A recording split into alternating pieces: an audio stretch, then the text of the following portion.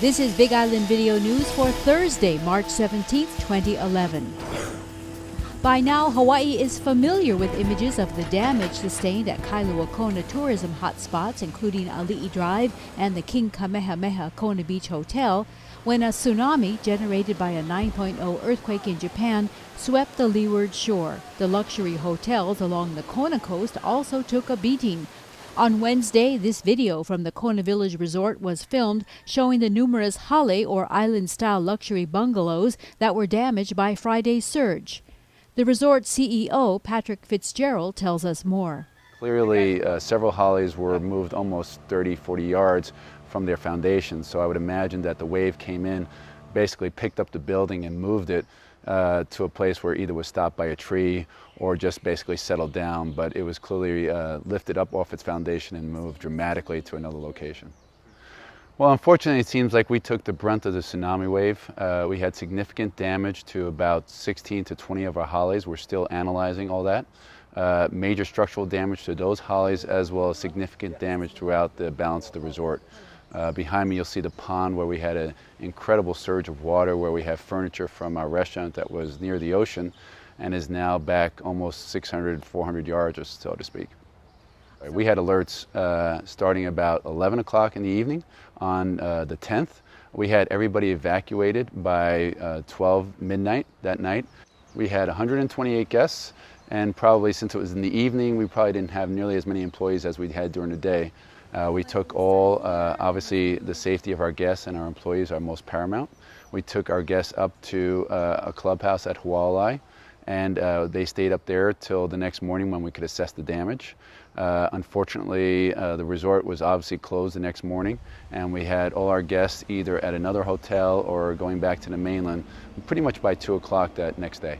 We had no employees on the property. The closest employee we had was at our Kona Village gate, which is significantly away from the tsunami zone. That was our head of security. And then once we got to first light and we were able to, we'll say, got all clear from civil defense, we brought a select number of people down to the resort to see the level of damage. We clearly had significant damage on certain hales that were occupied, where we didn't allow our guests to go back into those rooms because of the damage that occurred. We actually have our insurance companies, building specialists, a number of consultants truly trying to analyze exactly how we can move forward. We haven't made any decision on reopening, nor how we're going to proceed until we have a full assessment of the level of damage and how that would impact any guest experience or our employees. Again, the safety for our employees and our guests is most important. Both restaurants were impacted. We had water damage into both restaurants. The Hale Samoa restaurant probably suffered a little more damage than the Hale Moana, but both restaurants did have damage. We had water into the kitchens, and we're still assessing the level of, how good the equipment is, as well as, the carpets need to be replaced, flooring, and clearly all the structural issues that we clearly have our consultants looking at every building that on property to make sure it's okay. We'll probably be having a meeting, an all-staff meeting sometime at the end of this week to update on what is going on, any update as far as status of the resort and the opening it would occur. But until that time, we basically don't know. I'm sure we'll do something consistent with what made Kona Village special. But yes, at this point in time, we're still trying to assess the damage and what has happened here rather than, almost planning on what's going forward. Hawaii County submitted estimates of damage to public infrastructures in Kona to state civil defense authorities on Wednesday.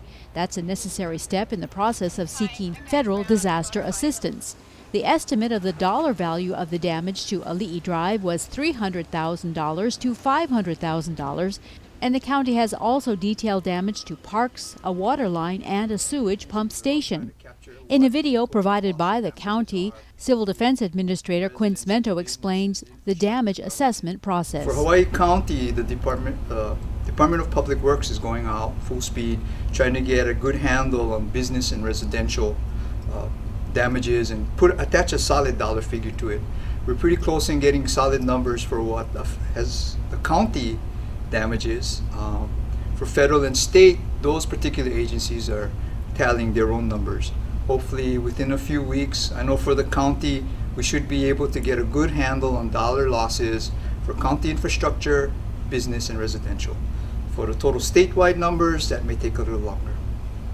And for, there are different standards for qualifying for federal disaster assistance? That is correct. There's different levels. Residentials has one particular standard, business has one particular standard, and so is government. I'm really not the expert, so I don't want to particularly address this at one time, but our job is to collect all the dollar losses and move it up to state civil defense, where their experts can put it together in a package and make it saleable to the federal government so that we can get a federal disaster assistance. I expect that the state will put in for federal disaster assistance.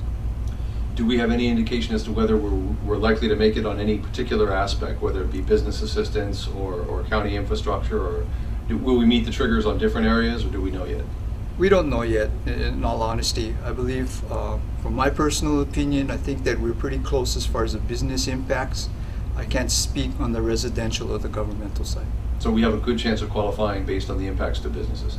I believe so, but again, that is up to the state to make the sale for us. The lack of tsunami warning sirens along a stretch of ocean resort areas on the South Kohala coast has renewed the concern of County Councilman Pete Hoffman. Last year, Hoffman proposed a tsunami siren bill that would require private landowners to install sirens at their own expense.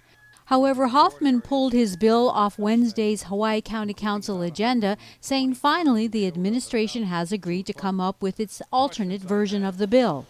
Hoffman's concerned that while sirens sounded hourly overnight last Thursday to Friday to warn of the impending tsunami, there were no sirens sounding along a 20-mile stretch of the island's so-called Gold Coast.